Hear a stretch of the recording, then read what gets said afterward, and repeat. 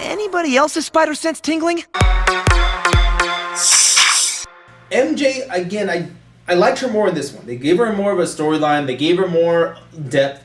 But she's not my MJ. She's not who I want it to be. Careful, now she's strong. She's a strong woman. I love her to death. Don't get into those hashtags. Not my. Don't do it. She's just one of those, like, I just didn't like the character. And like I said, the keeping the emotion side away, which, again, there is a nod to the original MJ where before they dated, she was kind of this party girl. I really don't want to deal with the emotional side of somebody. So you got that nod, but... This is a very different MJ. It is. I mean, let's be honest.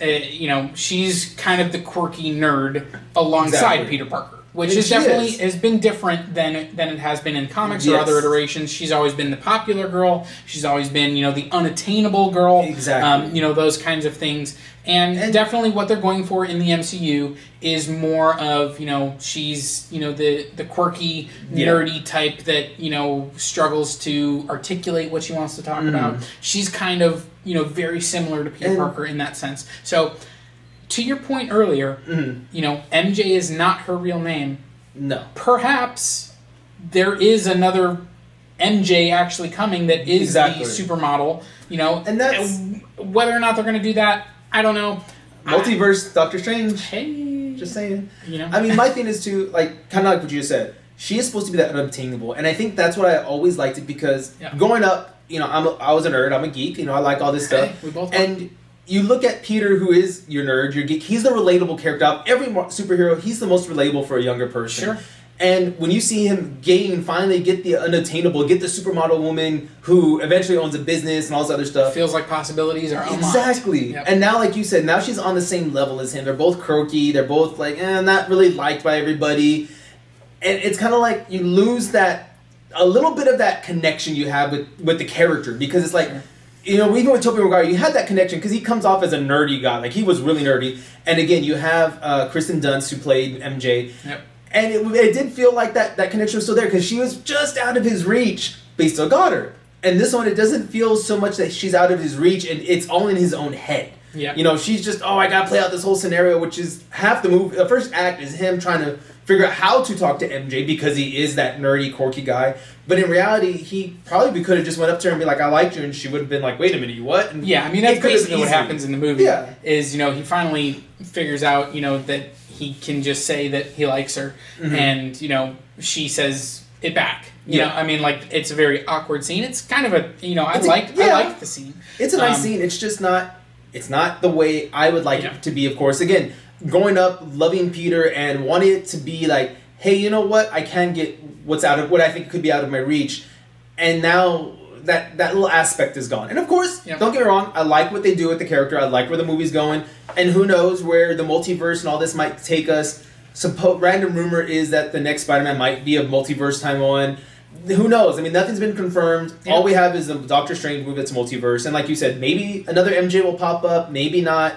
Who knows? But again, I liked her, just not what I really would want. Yeah, and at the end of the day, I think for me, their relationship makes a lot of sense in the movie. Yeah, that's how I look at it. It does. I don't have the same comic background that you do. Mm-hmm. I've read a few comics here and there. I've always, been attracted to superheroes. Like, I really like their stories and stuff, but have mostly connected them through TV or movies or things like that. And so for me, I have the ability to separate it a little bit more, I think, where I can just look at, what story are they telling here. Exactly. And in the MCU, I like the way that they're telling that story. I certainly, I like the character, Zendaya is playing as MJ, and the two of them, I think have pretty good chemistry. Oh, yeah. So I like what they're doing. I like what they're building towards. And certainly with her being one of the 4 people with Ned, Aunt May, and, Happy Hogan, and I'm not counting, like, all of the Avengers and Doctor Strange and Nick Fury, but those kind of 4 people that are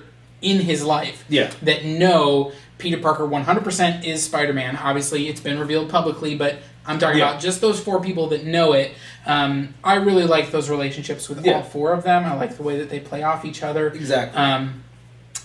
So overall, Spider-Man: Far From Home, again, my favorite Spider-Man movie. Oh yeah. At least live action. Spider-Man Into the Spider-Verse is also really fantastic. So it's kind of hard to say whether I like this one better. But probably a 4-star movie for me. 4 out of 5 stars.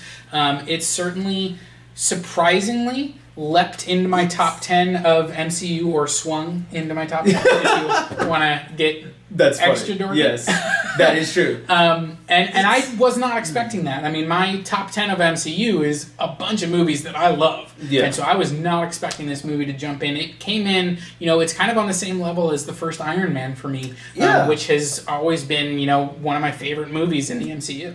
And I can see that. And for me, it's up there, maybe in a different route. Something I was talking with Max, which you saw in other videos.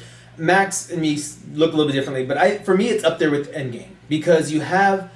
Endgame, it is. Endgame has a lot going for it. Don't get me wrong. You have all these other characters, but as a solo character, it is up there with it. Now, don't get me wrong. You have a lot going on with Endgame with everyone else, but Spider-Man, we finally, as you said, it's the first movie after Endgame. The first movie with, let's face it, a child dealing with Tony's death, almost dealing with PTSD, getting close to that PTSD part, because he's down, and what we go through, and kind of like what Thor was going through, what do you do next? Where do we go from here? Once Thor lost everything, now Spider-Man lost everything in his mind.